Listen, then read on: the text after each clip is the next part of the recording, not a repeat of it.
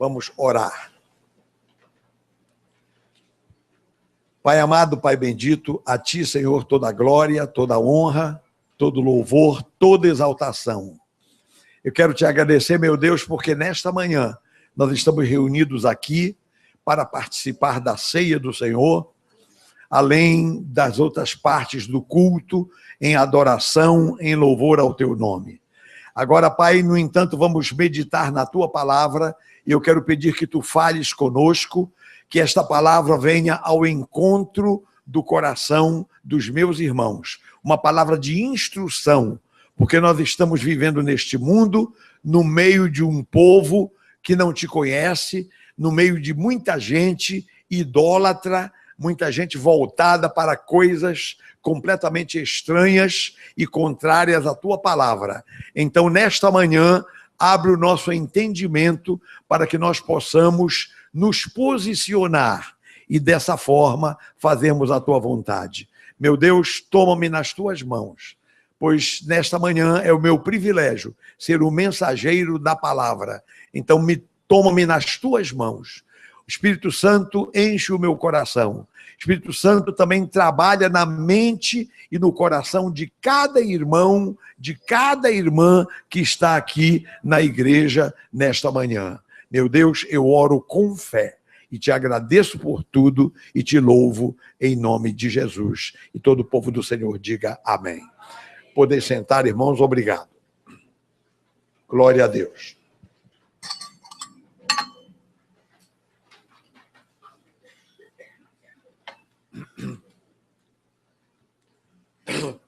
Meus irmãos, nesta manhã, antes da ceia do Senhor, nós vamos falar a respeito do primeiro concílio da igreja cristã que aconteceu em Jerusalém. Nós vamos aqui considerar a razão desse concílio, as decisões que foram tomadas e o que é que isso tudo tem a ver conosco. Então eu quero ser não muito demorado na explanação, mas quero dizer aos irmãos que nós vamos caminhar um pouco pelo pelo Novo Testamento, pelo princípio da igreja primitiva. Muito bem. Em primeiro lugar, a data desse concílio. Em que ano nós estamos agora? 2016, né? Estamos em 2016. Esse concílio aconteceu no ano 50. Faz muito tempo. Pois bem, Jesus já tinha morrido na cruz, já tinha ressuscitado quando esse concílio aconteceu. Já tinha acontecido o dia de Pentecostes, quando o Espírito Santo foi derramado sobre os discípulos e a igreja foi fundada. Também já tinha acontecido a grande perseguição promovida pelo apóstolo Paulo. Paulo, antes de se converter, ele era um fariseu perseguidor da igreja. Então ele fez essa perseguição e, por conta dessa perseguição, os cristãos daquele tempo se espalharam por toda a Judéia e Samaria, que eram as duas províncias que formavam, na época, a Palestina, o Oriente Médio. E o apóstolo Paulo também, depois que se converteu, né, ele antes era Saulo de Tarso, depois que ele se converteu, ele evangelizou em inúmeros países a partir da igreja de Antioquia, na Síria. Fez várias viagens e então milhares e milhares de gentios se converteram ao evangelho e tinham entrado para a igreja. A Bíblia chama de gentios, os judeus chamavam de gentios, os não-judeus. Então, o judeu era o judeu, e quem não era judeu era chamado de gentil. Agora, um detalhe importante, quando esses gentios, não judeus, se converteram e entraram para a igreja, surgiu um problema. Problema muito sério. Por que surgiu o problema?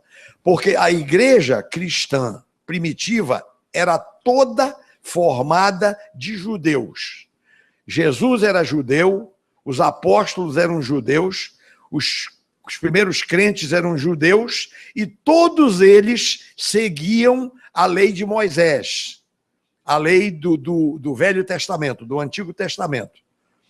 Então esse pessoal se converteu a Jesus, mas não largou a lei, embora que a lei fosse dada por Deus, inegavelmente. Mas só que a lei tinha um prazo de validade. A lei, a vigência da lei deveria terminar com a chegada de Jesus. Mas até aquele momento isso não tinha acontecido. Então convertem-se essas multidões de gentios, vêm para a igreja e aí deu problema. Qual foi o problema? Uma porção de irmãos judeus começaram a acusar e a dizer que esses gentios tinham que guardar a lei de Moisés. Esse foi o problema. Aí deu discussão, deu até uma pequena confusão e teve que haver o concílio. Reuniram-se os apóstolos, os anciãos e os principais da igreja para tratarem desse problema. Como é que nós vamos fazer? Os gentios seguem a lei ou ficam liberados?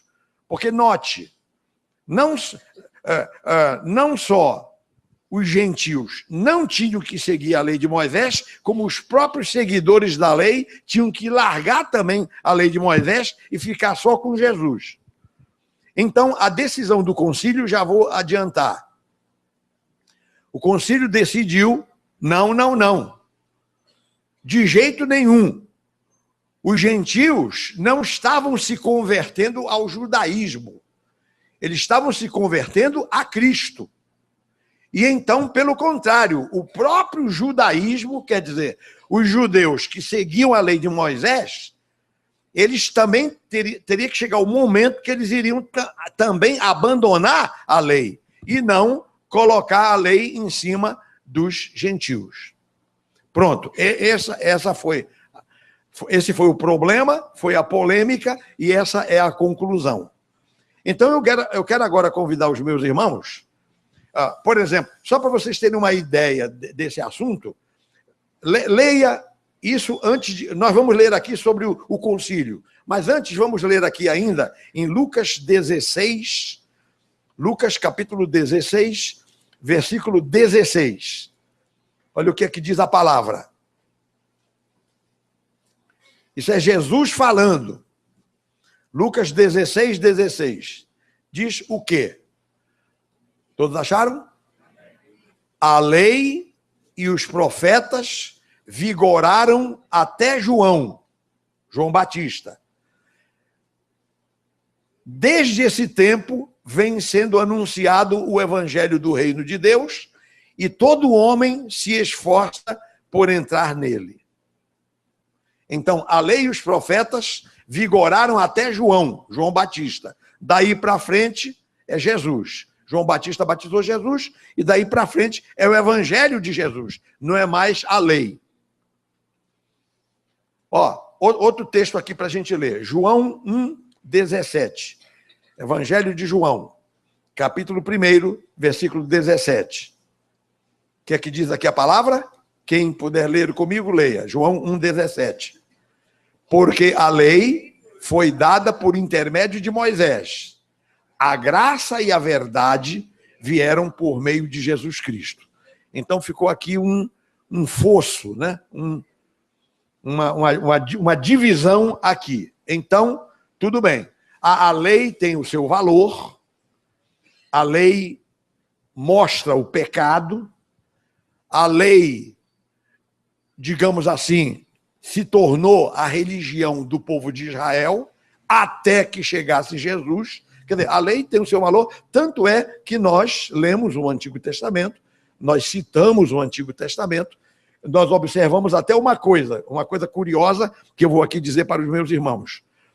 Quando Jesus estabeleceu o evangelho, ele manteve algumas coisas da lei. Ele manteve. Outras coisas, Jesus modificou. E outras coisas, Jesus aboliu. Então, a lei não era um sistema perfeito para se seguir. Que, enfim, a lei veio de Deus. Então, aquilo que interessou ao evangelho, Jesus manteve.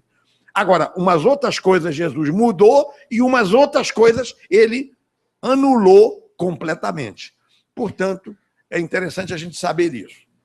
Bom, feito esse preâmbulo aqui, vamos agora ler Atos dos Apóstolos, capítulo 15, que conta a história desse concílio, que aconteceu no ano 50 da nossa era cristã.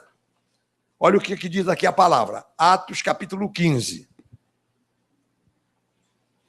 Diz assim o texto: alguns indivíduos que desceram da Judéia ensinavam aos irmãos, quer dizer, eles saíram da Judéia e foram lá para o meio dos gentios, para a Galácia, para aquelas províncias lá da Antioquia da Pisídia e outros lugares. Então, agora note, engraçado, viu, pastor? Eu me lembrei, quando eu li isso aqui, eu me lembrei do pastor Elias. Não diz assim, alguns irmãos, diz alguns indivíduos, uns sujeitos aí, sem autorização de ninguém, né? Alguns indivíduos que desceram da Judéia ensinavam aos irmãos: se não vos circuncidardes, segundo o costume de Moisés, não podeis ser salvos. Quer dizer, a circuncisão era a marca que a pessoa era um judeu. Então, para ser um judeu, o homem, né, tem que ser circuncidado. Então, olha só o que estavam dizendo. Se não vos circuncidardes, segundo o costume de Moisés, não podeis ser salvos. Vamos continuar a leitura. Tendo havido da parte de Paulo e Barnabé contenda e não pequena discussão com eles, resolveram que esses dois e alguns outros dentre eles subissem a Jerusalém, aos apóstolos e presbíteros com respeito a esta questão. Enviados, pois, e até certo ponto acompanhados pela igreja, atravessaram as províncias da Fenícia e Samaria e, narrando a conversão dos gentios, causaram grande alegria a todos os irmãos. Tendo eles chegado a Jerusalém, foram bem recebidos pela igreja, pelos apóstolos e pelos presbíteros, e relataram tudo o que Deus fizera com eles. Insurgiram-se, entretanto, alguns da seita dos fariseus que haviam crido, dizendo: é necessário circuncidá-los e determinar-lhes que observem a lei de Moisés. Todo mundo comigo até aqui? Todo mundo entendeu? Vamos ver, veja aqui versículo 6. Então se reuniram os apóstolos e os presbíteros para examinar a questão. Havendo grande debate, Pedro tomou a palavra e lhes disse, aqui é o depoimento de Pedro, né? Pedro tomou a palavra e lhes disse: irmãos, vós sabeis que desde há muito Deus me escolheu dentre vós para que por meu intermédio ouvissem os gentios a palavra do evangelho e crescem. Isso aqui foi quando Pedro foi à casa de Cornélio. Versículo 8. Ora, Deus que conhece os corações, lhes deu testemunho, concedendo o Espírito Santo a eles, como também a nós nos concedera. E não estabeleceu distinção alguma entre nós e eles, purificando-lhes pela fé o coração. Agora, pois, por que tentais a Deus, pondo sobre a cerviz dos discípulos um jugo que nem nossos pais puderam suportar, nem nós, mas cremos que fomos salvos pela graça do Senhor Jesus, como também aqueles o foram. Glória a Deus. E toda a multidão silenciou, passando a ouvir a Barnabé e a Paulo, que contavam quantos sinais e prodígios Deus fizera por meio deles entre os gentios. Depois que eles terminaram, falou Tiago, dizendo: irmãos, atentai nas minhas palavras.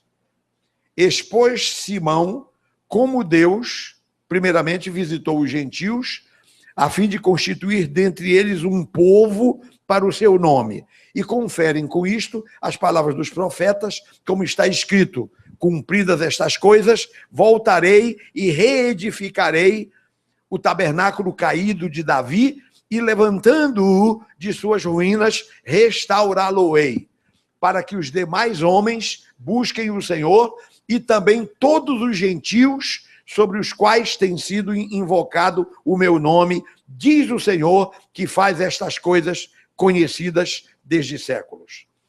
Pelo que, julgo eu, isso é Tiago falando, não devemos perturbar aqueles que dentre os gentios se convertem a Deus, mas escrever-lhes que se abstenham das contaminações dos ídolos, bem como das relações sexuais ilícitas, da carne de animais sufocados e do sangue.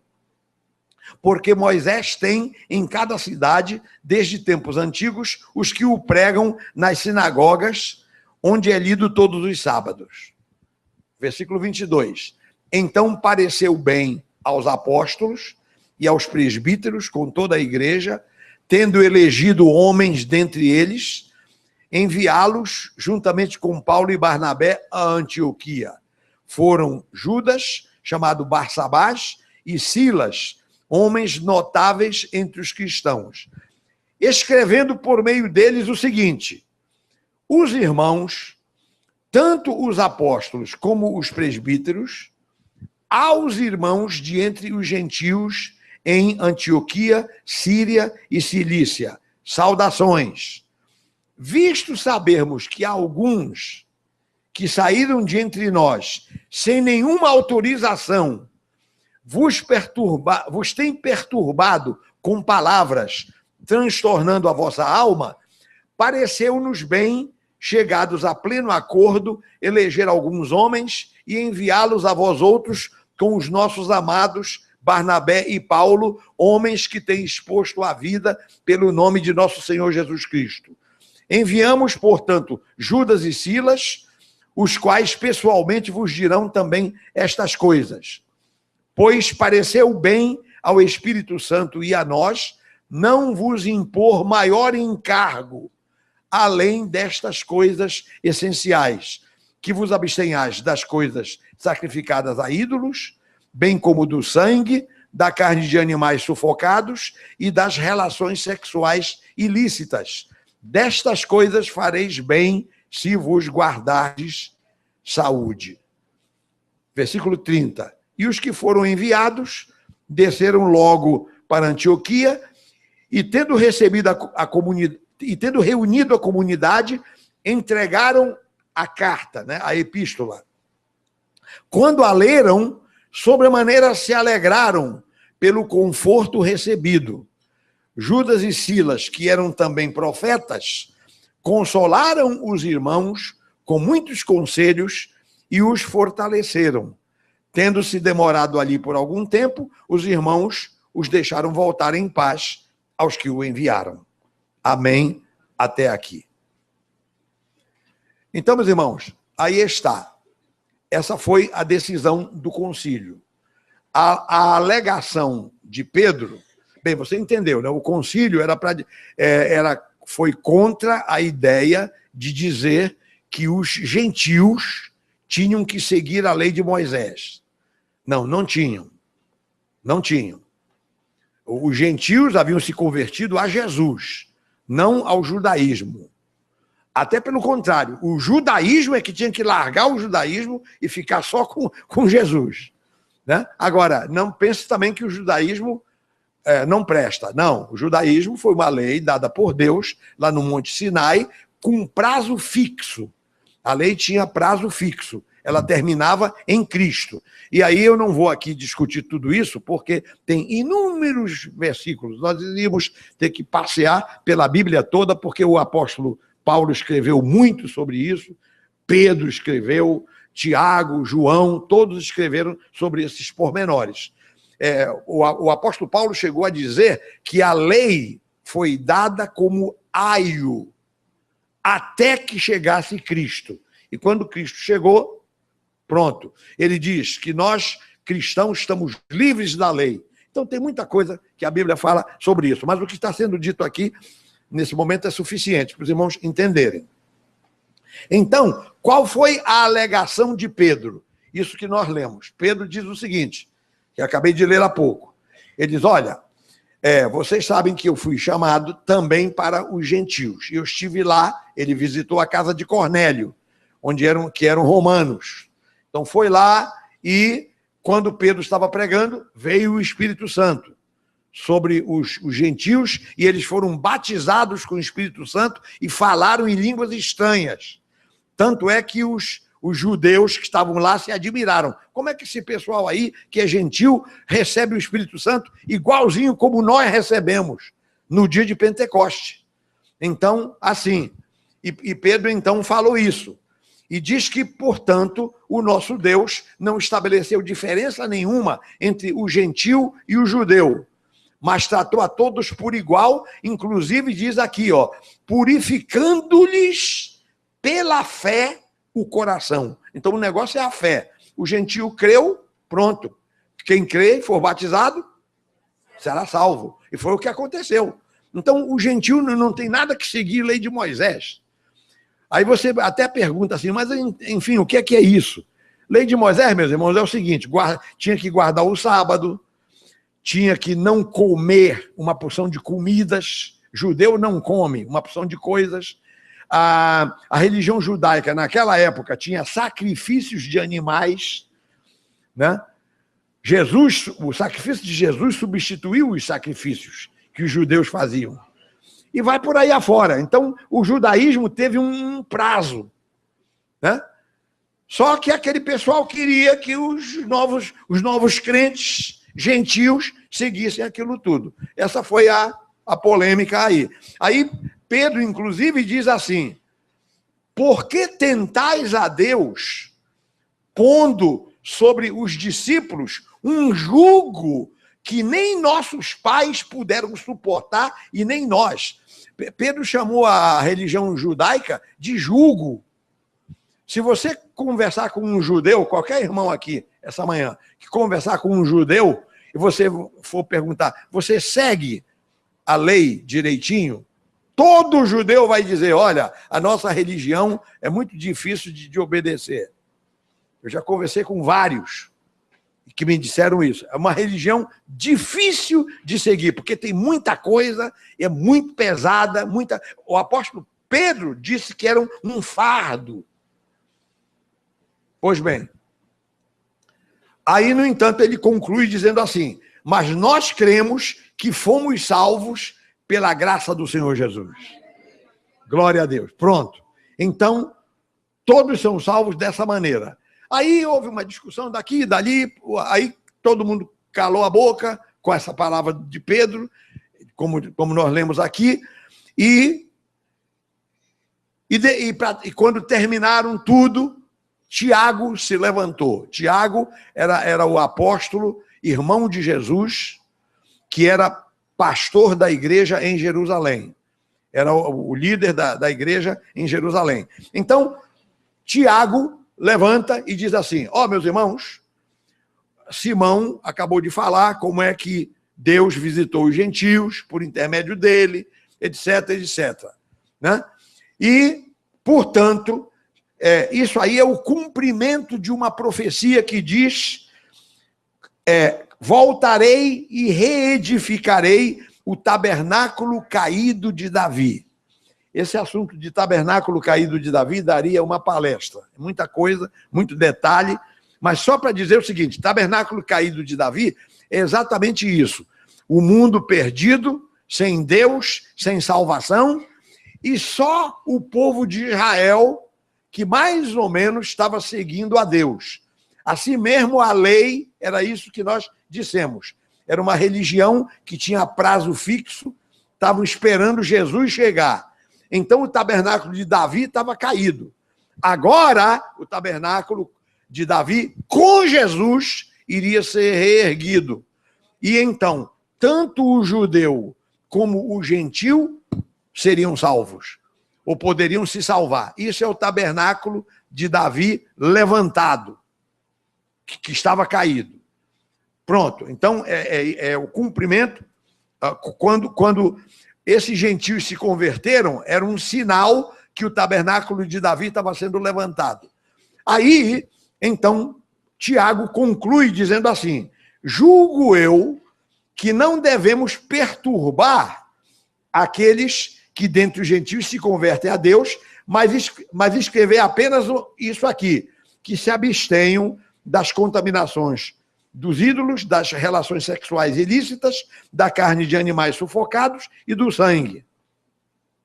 Porque Moisés tem em cada cidade quem lhe pregue, nas sinagogas, né? Agora, nós aqui, como ele diz aqui, nós cremos que aqueles que aceitam Jesus são salvos.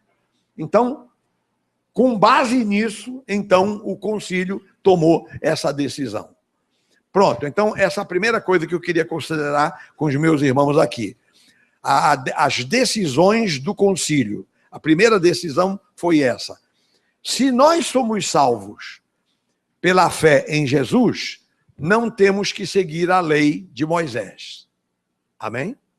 Pode repetir isso comigo? Se nós somos salvos pela fé em Jesus, não temos que seguir a lei de Moisés. Porque se a salvação, como eles estavam dizendo, se vocês não se circuncidarem, não são salvos. Caramba, você é salvo para circuncidar. Então, por que a lei de Moisés não salvou as pessoas? Pela circuncisão. Tinha que vir Jesus. Então, se Jesus é que é o Salvador, então não tem nada a ver alhos com bugalhos. Não tem nada a ver uma coisa com a outra. Não é isso? Então, quem é salvo por Jesus não tem que seguir mais nada a não ser Jesus. Amém? Glória a Deus. Pronto. Agora, um problema que havia é o seguinte: os judeus eram muito puritanos com relação a determinadas coisas, comidas, por exemplo. Aí eles diziam, esses gentios aí comem qualquer coisa e vivem de qualquer jeito. Então, para evitar esse problema, então o concílio deliberou mais uma coisa. Ele disse, olha, com relação a práticas, tem só 4 coisas que vocês têm que observar. Então, eu quero meditar também com os meus irmãos agora nessas 4 coisas, que tem muita gente que não sabe, tem muito cristão aí que não sabe disso. Olha só o que é que diz aqui. Mandaram a carta para as igrejas com essas decisões do concílio, e então a carta dizia o seguinte, olha, veja aqui versículo 28.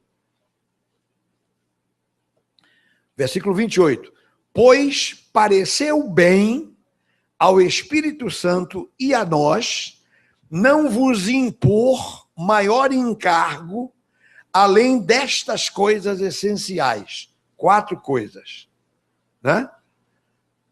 Que vos abstenhais das coisas sacrificadas a ídolos, bem, número 2, bem como do sangue, número 3, da carne sufocada, ou carne de animais sufocados, e 4, das relações sexuais ilícitas. Destas coisas fareis bem se vos guardardes. Quer dizer, meus irmãos, além das regras de santificação, o padrão de conduta, porque você vai ler as cartas de Paulo, né? Você vai encontrar um padrão de conduta ali. Fala no fruto do Espírito, fala no comportamento cristão, regras de santidade e tal. Então, naquele momento as cartas de Paulo não tinham sido ainda escritas e tal, então eles já colocaram estes 4 pontos aqui, que nas cartas de Paulo eles estão embutidos também, mas aqui estão lembrados esses 4 pontos. Bom, eu vou agora querer exatamente considerar com os meus irmãos estas 4 coisas que estão mencionadas aqui, que nós temos que saber. Quer dizer, em vez de seguir a lei de Moisés, nós temos que seguir essas 4 coisas. Claro, além do resto do evangelho que a gente sabe, né? Mas olha, que 4 coisas são essas? Versículo 29. Que vos abstenhais das coisas sacrificadas a ídolos. O que é coisas sacrificadas a ídolos? Muitas coisas. Comidas, por exemplo. Falar de comida, porque o judeu era fissurado em questão de comida. Baixou um lençol e dentro do lençol tinha animais de tudo quanto é tipo e a voz falou para Pedro, levanta-te, Pedro, mata e come. Aí ele disse, Senhor, nunca na minha boca entrou coisa comum ou imunda, porque eram animais que a lei de Moisés proibia de comer. E Deus estava dizendo, olha, não chames comum ou imundo aquilo que Deus santificou. Então Deus cancelou esse negócio de problema de comida. Então o apóstolo Paulo dizia, comeis de tudo o que se vende no açougue. Está na Bíblia. Onde é que está escrito isso? Comeis de tudo o que se vende no açougue. Está na Bíblia. Então, portanto, o cristão não tem regras de comida, a não ser essa aqui. Tem umas regrinhas de comida aqui que nós vamos ver aqui relacionada com isso. Então diz aqui, ó, coisas sacrificadas a ídolos. Então a primeira coisa que a gente se lembra é que o profeta Daniel, quando chegou em Babilônia, ele foi chamado para morar no palácio, junto com mais 3 companheiros, para receber um tratamento especial dado pelo rei. E, entre outras coisas, para que os 4 rapazes, Daniel e os 3 companheiros, ficassem fortes e tal, então eles foram recomendados para comer a comida do rei. Aí o profeta Daniel, olhou aquela comida e disse, não vou comer isso não. Daniel pôs no seu coração não se contaminar. Por quê? Porque aquelas comidas não eram bem só porque eram muito temperadas. Eram, de fato, comidas temperadíssimas. Mas não só por isso. É porque aquelas comidas passavam na frente do altar dos deuses da Babilônia. Os ídolos da Babilônia passavam lá em uma espécie de oferenda perante o altar. E então aí traziam, porque a ideia era que os deuses abençoassem a comida e que a comida, então, iria fortalecer os rapazes. Daniel disse, eu não. Comida sacrificadas a ídolos. E agora aqui, meus irmãos, nós vamos mexer com o Brasil. Você diz, o que é que isso tem a ver conosco? Ouviu falar de Cosme e Damião? Cosme e Damião. Alguém disse que eram 2 homens bons e tal. Mas acontece que o povo transforma gente boa em ídolos.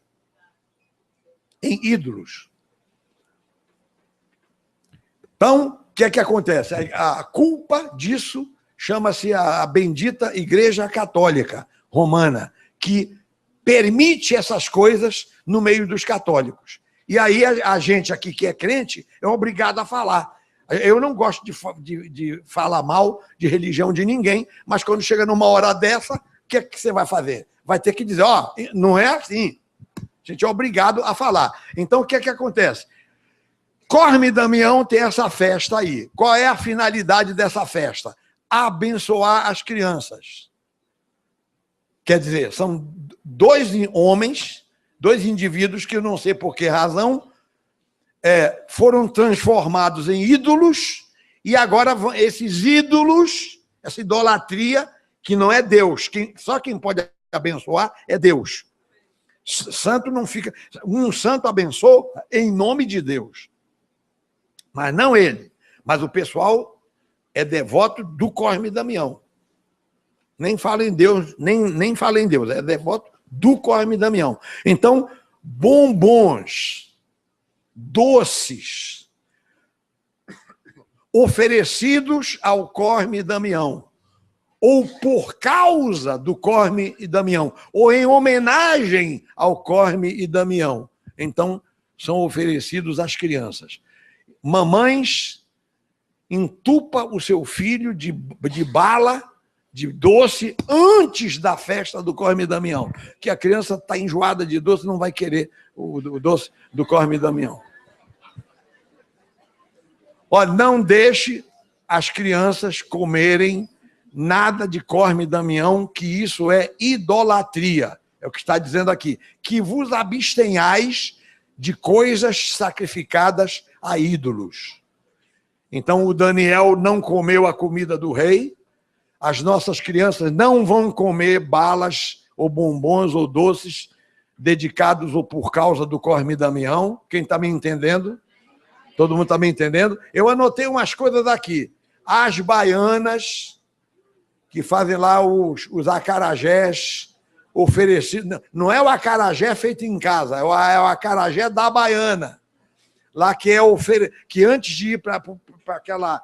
lá para a caixinha, passa no centro, lá, para receber as bênçãos lá dos demônios e são vendidos na rua para as pessoas.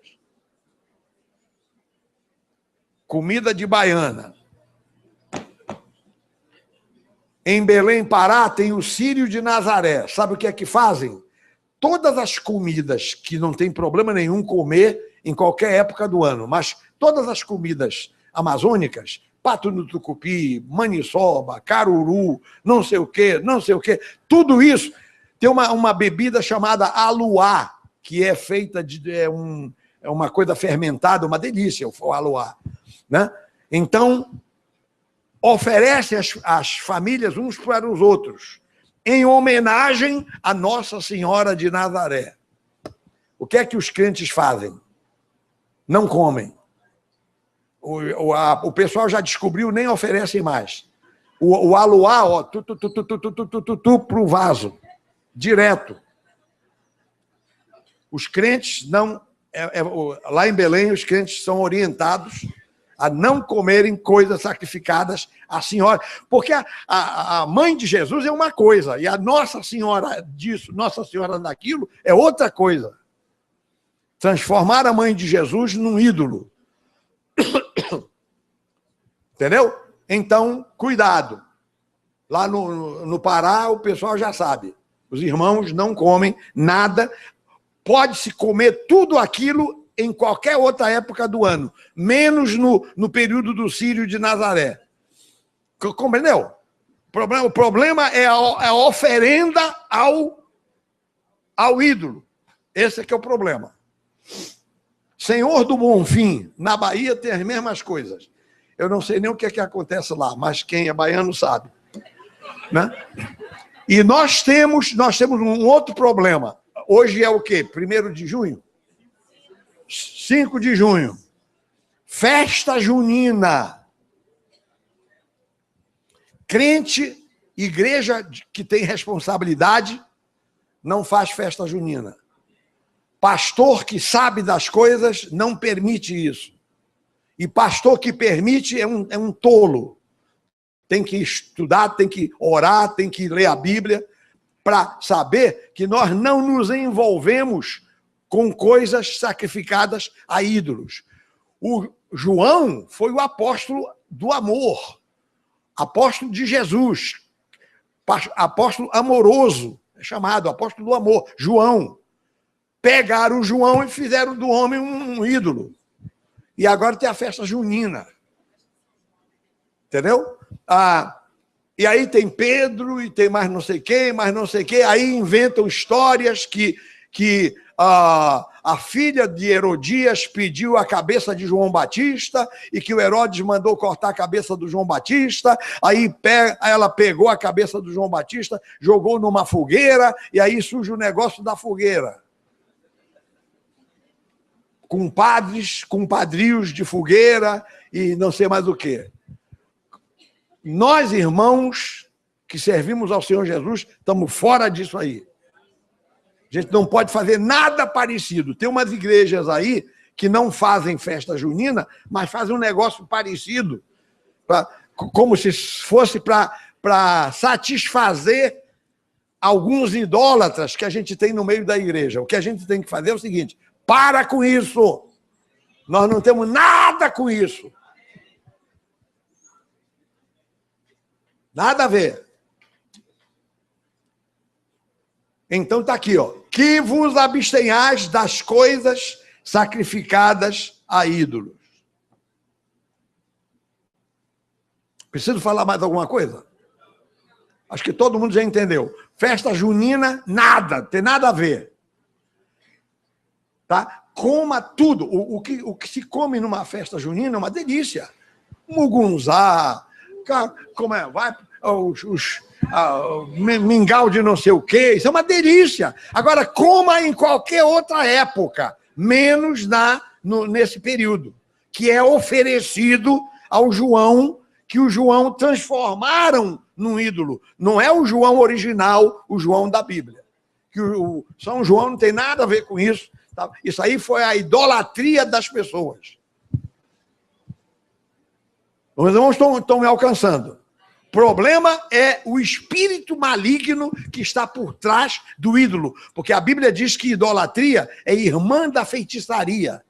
E a feitiçaria é culto a demônios. Então, ao fim e ao cabo, vou eu dizer o seguinte, que esse João que querem homenagear já não é mais São João, é um demônio. E Satanás aproveita a ignorância das pessoas que não conhecem a palavra de Deus para fazer esse tipo de coisa. Mas nós aqui estamos lendo. Decisão do Concílio de Jerusalém. Nós temos que nos abster das coisas sacrificadas a ídolos. Amém? Não vamos nos contaminar com isso. E quem souber de qualquer outra coisa por aí, tome nota, que eu também não vou saber de tudo. Muito bem. Outra coisa, diz aqui, não só de coisas sacrificadas a ídolos, mas o sangue. O sangue.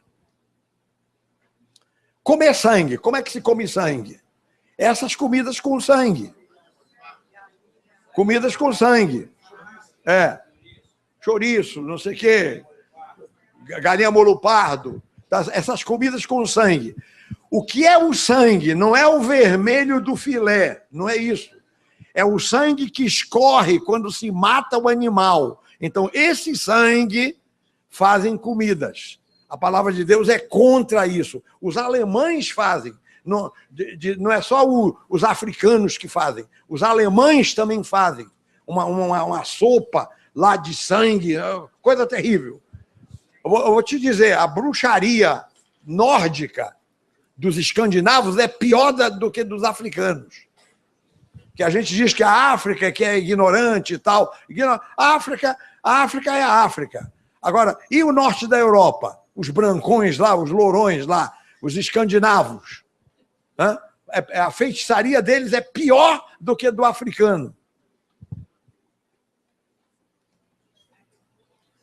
Então, agora, onde é que... Vamos para a Bíblia.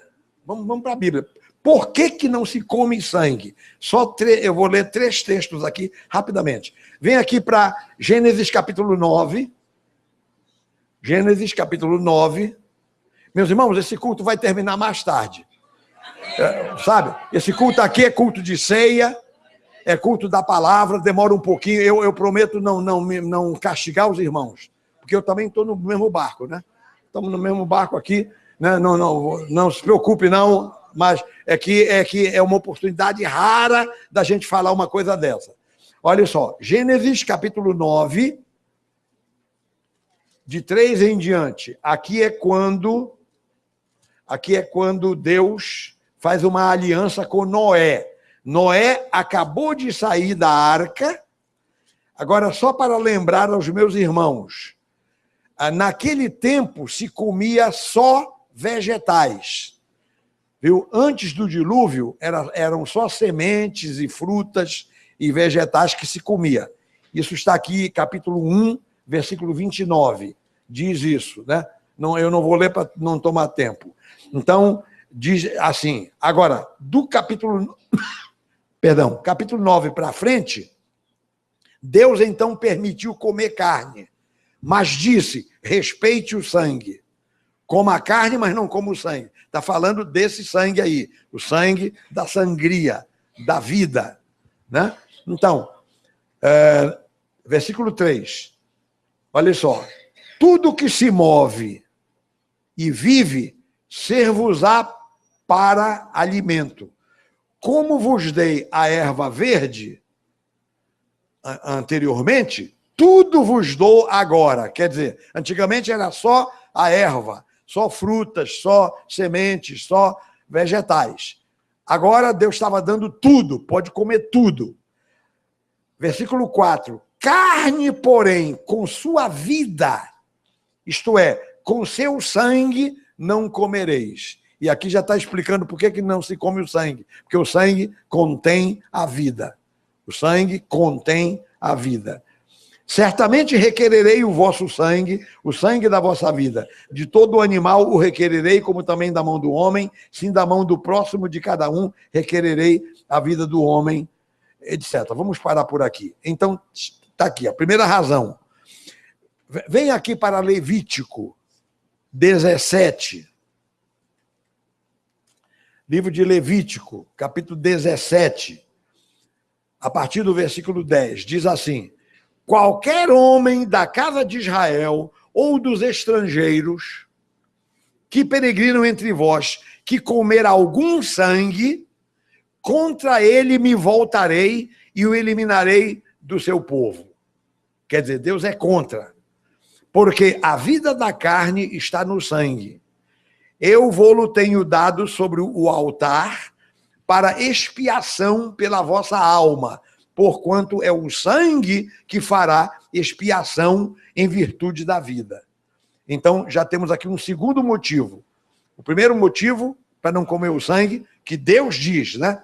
É porque o sangue contém a vida. Segundo motivo, é que Deus usa o sangue como expiação.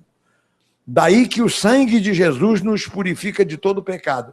O sangue de Jesus é que nos purifica.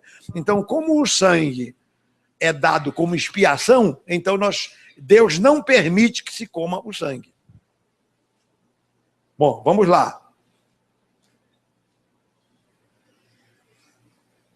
1 João 1:7. Vamos ler? O que é que diz a Bíblia? Lá no final da Bíblia, antes do Apocalipse. 1 João 1:7. Se, porém, andarmos na luz como ele está na luz, mantemos comunhão uns com os outros. E o sangue de Jesus, seu Filho, nos purifica de todo o pecado. Então, como o sangue contém a vida, e como o sangue é dado como expiação, expiação quer dizer, é a moeda de troca. A pessoa, para se salvar, precisa morrer. Só que a pessoa não vai morrer, um outro é que morre, então o sangue representa a vida, e esse outro que morreu salva aquele pecador. Nos tempos antigos, ofereciam animais. Enquanto Jesus não vinha, eram oferecidos animais. Mais uma vez, mostrando que o judaísmo, que estabeleceu isso, é algo provisório. Jesus chegou, não tem que matar mais nenhum animal. Jesus já morreu na cruz. O sacrifício dele é eterno e poderoso. Então, não tem que matar mais animal nenhum. Então, portanto, né, aí entra o sangue.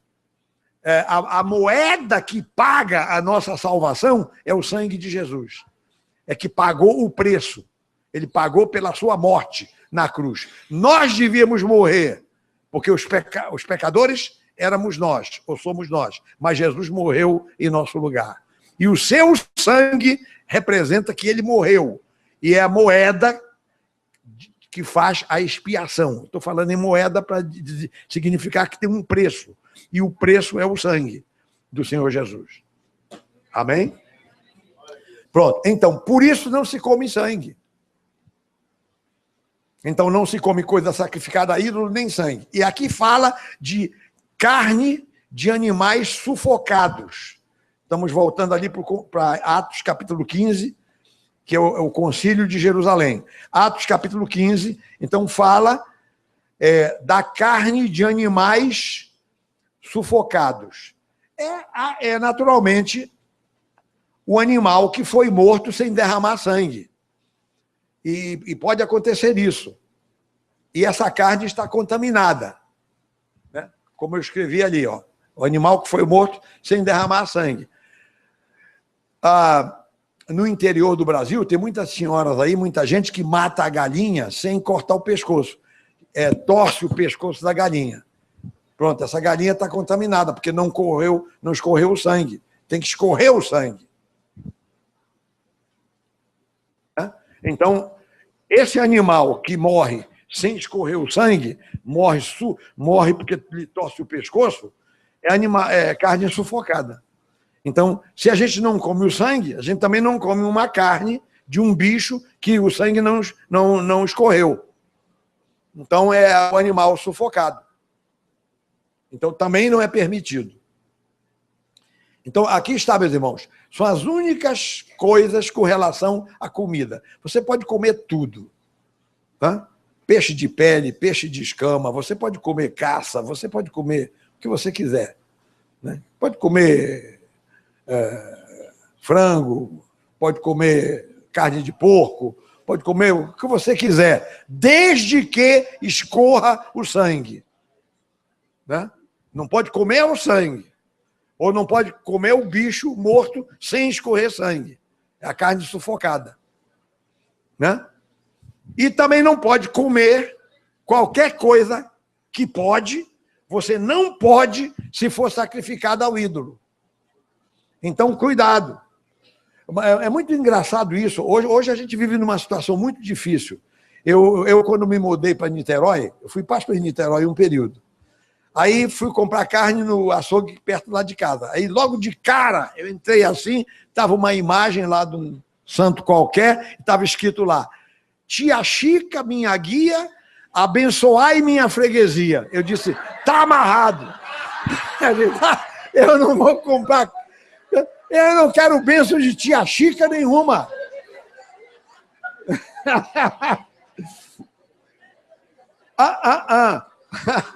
A gente tem que ficar de olho. Agora, irmão, irmã, também a gente não precisa exagerar. O que eu não sei, eu não sei.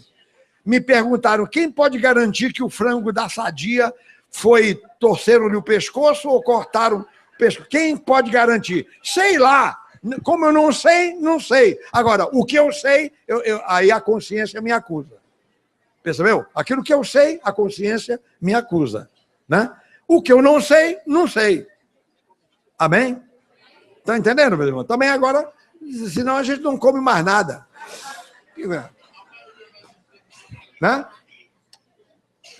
Tem eu acho que num desses shoppings aí, tem lá a comida chinesa e tem um Buda enorme assim na entrada. Esse restaurante eu não entro.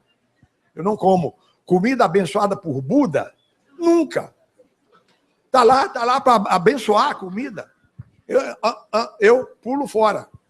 Não vou comer comida abençoada por Buda? De jeito nenhum. É sacrificada ao ídolo. Aquele pessoal ali é budista e eles oferecem aquilo ali para Buda e tal. Estou fora. Compreende, meus irmãos? Aquilo que a gente sabe e a consciência da gente pode acusar. Agora, o que você não sabe, não tem problema, vai em frente. Tá? Amém? Pronto, para terminar, aqui a ordem do concílio fala numa quarta coisa: relações sexuais ilícitas. Então, eu vou ler só um texto que abrange praticamente tudo. Venha comigo para 1 Coríntios, capítulo 6, versículo 9. E com isso a gente termina. 1 Coríntios 6, 9, diz assim. Todos acharam? Diz assim a palavra: Ou não sabeis que os injustos não herdarão o reino de Deus? Não vos enganeis, nem impuros, nem idólatras, nem adúlteros, nem efeminados. Você sabe o que é o efeminado? Nem sodomitas. Sabe o que é sodomita? O efeminado é o passivo. O sodomita é o ativo. Nenhum nem outro. Nem ladrões, nem avarentos, nem bêbados, nem maldizentes, nem roubadores herdarão o reino de Deus. Chega. Está explicado. Irmãos e irmãs, relações sexuais só no casamento. Só casais casados. Amor livre é pecado. Prostituição, adultério, fornicação e qualquer outra coisa. Ali fala dos homens. A sensualidade masculina não fala da feminina. Tem um outro texto lá na Bíblia que o apóstolo Paulo fala contra as lésbicas. Tem lá em Romanos a mesma coisa, quer dizer, tanto homens quanto mulheres. Então, meus irmãos, é isso aí. Que Deus nos abençoe. Que Deus nos guarde. Eu pedi a Deus essa reunião hoje pela manhã, mesmo que nós estamos tomando muito tempo, mas é para instruir a igreja. Nós estamos começando um período da chamada festa junina, só que eu aproveitei para falar de festa junina e agora um caleidoscópio de outras coisas, de outras coisas, falando aqui para orientar os irmãos. Ninguém aqui nesta igreja vai desobedecer a palavra de Deus por ignorância. Não, a gente vai falar, e quem quiser desobedecer é por sua própria conta, não por nossa conta. Que Deus nos abençoe. Amém? Vamos ter uma palavra de oração. Aleluia. Curve a sua cabeça, feche os olhos. Vamos orar. Pai amado, Pai bendito, em nome de Jesus e na autoridade do nome de Jesus, eu repreendo todo espírito que não é do Senhor. Todo espírito que não é de Deus está repreendido agora. Todo espírito contrário à palavra de Deus. Toda influência maligna. Hoje, em muitos setores do meio evangélico, há uma ignorância e um descuido com relação às regras de santidade. Mas nós aqui primamos pela santidade.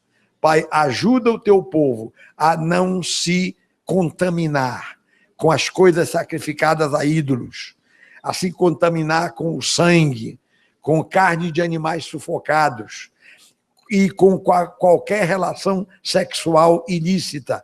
Não deixa o teu povo se contaminar com nada disso, que nós não achemos estas coisas normais ou naturais, mas que nós nos revoltemos contra essas práticas imundas que desagradam ao Senhor. Pai, eu quero te agradecer, porque no ano 50 da era cristã, estas coisas já foram tratadas. E através dos séculos, a igreja tem sido despertada para obedecer. Então, meu Deus, em nome de Jesus, que a nossa igreja seja uma dessas igrejas preocupadas com a santidade, santidade dos costumes, santidade de mente, santidade de coração, santidade até mesmo nas comidas, o que comer ou quando comer. Então, meu Deus, em nome de Jesus, ajuda-nos, abençoa o teu povo, que o teu povo seja fortalecido a cada dia na graça e no conhecimento de Deus. Obrigado por este culto, faz melhor do que o que nós temos te pedido, Pai. Pois é no nome de Jesus que nós oramos e te agradecemos desde agora e para sempre. E agora, Pai, prepara-nos para a ceia. Eu vou pedir que os meus irmãos, todo o povo de Deus, fiquem em pé. Erga as suas mãos. Fiquem em pé e erga as suas mãos. Diga assim: Senhor Jesus, prepara-me para a ceia. Este momento sagrado em que eu vou participar do pão que fala do teu corpo e do vinho que fala do teu sangue. A ceia é um momento de santidade. Então, Pai, vem nos santificar no corpo, na mente e no espírito, para que nós participemos condignamente, que nesta hora, através da ceia, a nossa alma seja alimentada. Obrigado, Jesus. Obrigado por tudo. Em nome do Pai, do Filho e do Espírito Santo. Amém e amém. Podem sentar, irmãos. Vamos agora ficar mais uns 10 minutos aqui, participando da ceia do Senhor. Venham os pastores, todos os pastores, os diáconos, diaconisas, venham aqui à frente e vamos servir ao povo de Deus. Vamos cantar aquela música, Foi na Cruz. Uma música que se canta na ceia do Senhor em todos os países aí do mundo. Eu não vou dizer em todos assim, mas na maioria dos países, se você chegar, você vai se surpreender que eles cantam velhos hinos da igreja na sua língua. Aí você acompanha em português, né? Glória a Deus. Vamos cantar. Ré maior, por favor. Foi na cruz, onde um dia eu vi meu pecado castigado em Jesus. Foi ali, pela fé, que meus olhos abri, e agora me alegro em sua luz. Um momento só. Nós vamos agora servir o pão e o cálice. Todas as pessoas que estão aqui presentes, que estão em comunhão com o Senhor Jesus. Os membros da nossa igreja, em plena comunhão com a igreja. Se nós tivermos aqui algum irmão ou irmã nos visitando, e você está em comunhão com a sua igreja, então nós convidamos você para participar conosco. Se houver, entretanto, alguém que não esteja preparado, você ainda tem coisas que ainda você precisa fazer, você não está à vontade para participar. Então não se constranja, deixe passar os elementos, você depois vai tratar disso e oportunamente também vai participar. Os irmãos então podem começar, receba o pão e o cálice, segure em mão para que nós no final participemos todos juntos. Muito obrigado. Foi na cruz, onde um dia eu vi meu pecado castigado em Jesus. Foi ali, pela fé, que meus olhos abri, e agora me alegro em sua luz. Quão cego aqui outrora andei, distante do Senhor, que veio lá dos altos céus salvar o pecador. Foi na cruz, onde um dia eu vi meu pecado castigado em Jesus. Foi ali, pela fé, que meus olhos abri, e agora me alegro em sua luz. Do grande amor sem par ouvi o amor de Deus por mim. Aos pés de Cristo então corri e achei abrigo enfim. Amém, Jesus, glória a Deus. Povo de Deus, louva o Senhor.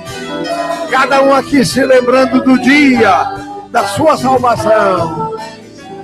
Aleluia, Jesus. Glória ao teu nome.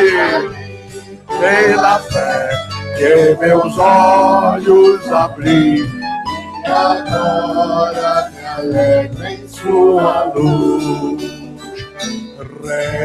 Remido assim meu pobre ser, me ponho ao teu dispor. Teu nome aqui desejo honrar, honrar teu santo amor.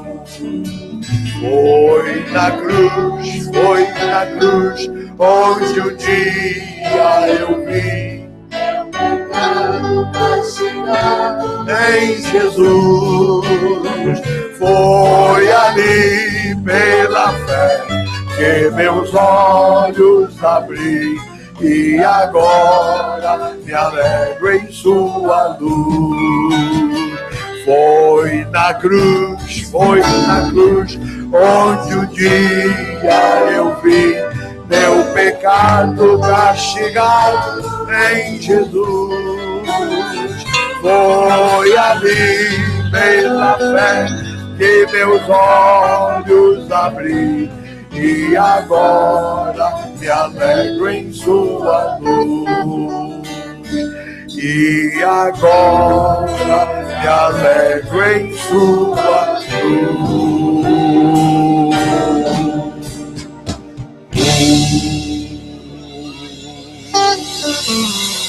Aleluia! Glória a Deus! Meu irmão, te alegra. Como diz a música, agora eu me alegro em sua luz. Eu antigamente estava nas trevas, mas agora eu estou na luz do Evangelho. Graças a Deus. Se Jesus me salvou pela fé, eu não tenho que seguir a lei mosaica. Não tenho. Nem preciso. Não preciso seguir nada. Tem que seguir só Jesus Cristo e os princípios do Evangelho. Glória a Deus. Que o Senhor Jesus nos guarde em santidade. Glória a Deus. Uma das coisas que eu observo é o seguinte. A primeira é a salvação. A pessoa, quando não tem Jesus, quando não tem certeza de nada, precisa da salvação pela fé em Jesus. Agora, depois que tem a salvação, o negócio é santidade. Fale para quem está do seu lado. Santidade. Viver em santidade. É isso. Na presença do Senhor. Glória a Deus. Disse Jesus: este é o meu corpo que foi partido por vós. Tomai e comei, fazei isto em memória de mim. Porque todas as vezes que comerdes o pão e beberdes o cálice, anunciais a morte do Senhor até que ele venha. Glória a Deus, glória a Deus, glória a Deus. Aleluia. Desculpa, escondida. Glória a Deus. Pastor Sérgio, faça a oração pelo pão. Erga o seu pão. Pai, te bendizemos e te louvamos pelo teu corpo dado por vós na cruz do Calvário. Bendizemos, Senhor, porque o Senhor o deu, ninguém o tomou, mas o Senhor o deu. E esse é um momento muito especial em que nos aproximamos da tua mesa para participar do teu corpo, Senhor. Abençoa a tua igreja, sustenta, fortaleça. Senhor, ser com cada um dos teus filhos, Senhor. E esse pão que ainda é pão, mas que fala do teu sacrifício na cruz. Da mesma forma que ele é um alimento, que nós sejamos alimentados por ti. Que sejamos alimentados pela tua palavra. Sejamos alimentados pela comunhão que temos contigo, Pai. Abençoa este alimento, Pai, em nome de Jesus. Amém. Podeis participar? Glória a Deus.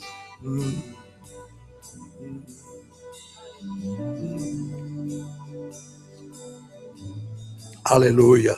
Meus irmãos, fiquemos todos em pé, por favor. Aleluia. Erga o seu cálice.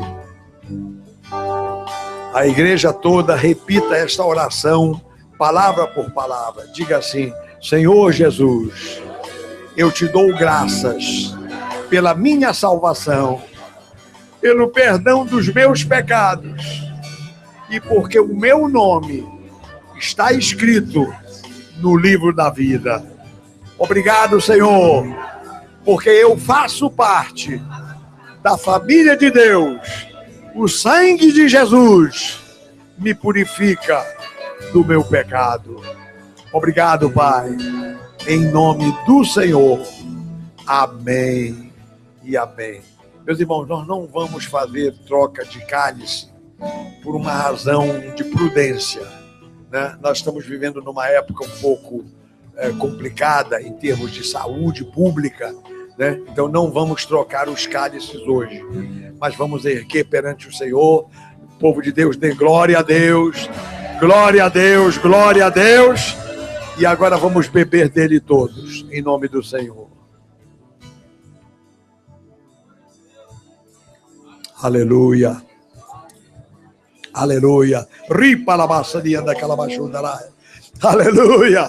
Glória a Deus. Aleluia. Louvado seja o nome do Senhor. Aleluia. Meus irmãos, a ceia é uma festa de alegria. Sorriso no rosto. Aleluia. Vão passando os cálices para o corredor. Passem os cálices para o corredor. Glória, que as diaconisas vão recolher. Aleluia.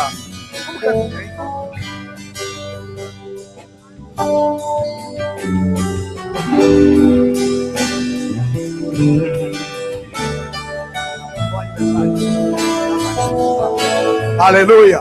Meus irmãos, seguinte, lembrar a todos que o culto hoje à noite será 6 horas, mas na quarta-feira será 7h30.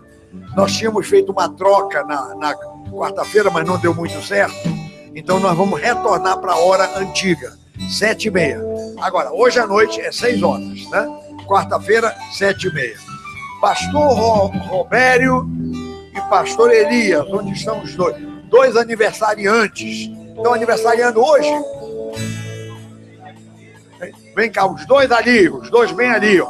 Glória a Deus. Ali. As esposas venham ficar com eles aqui. Glória a Deus.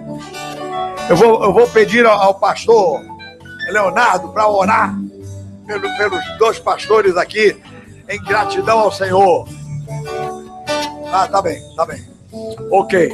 Meus irmãos, está todo mundo alegre com Jesus? Amém? Então, um sorriso no rosto, né? Alegria no coração. Vamos lá, estenda as mãos na direção dos 2 pastores e agradeça a Deus por mais um ano de vida que concedeu a eles. Graças te damos, Senhor.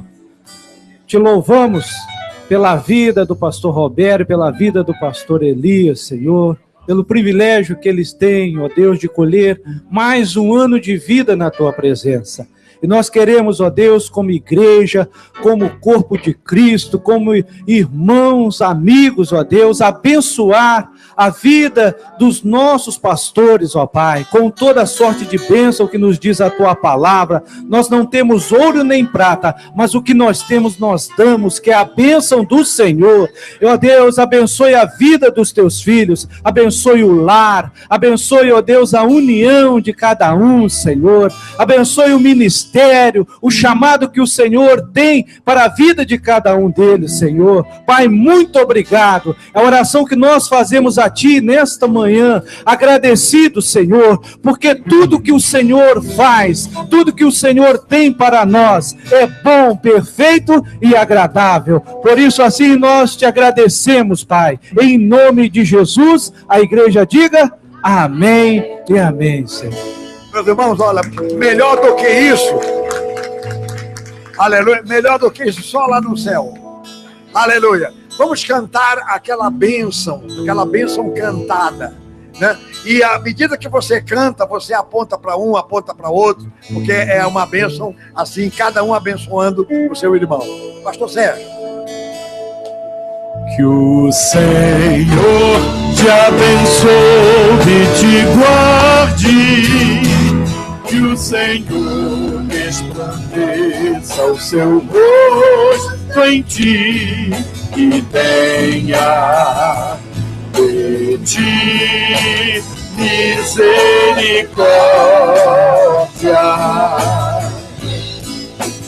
Que o Senhor sobre ti levante o seu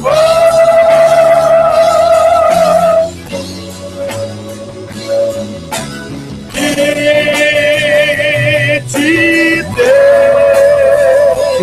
a paz.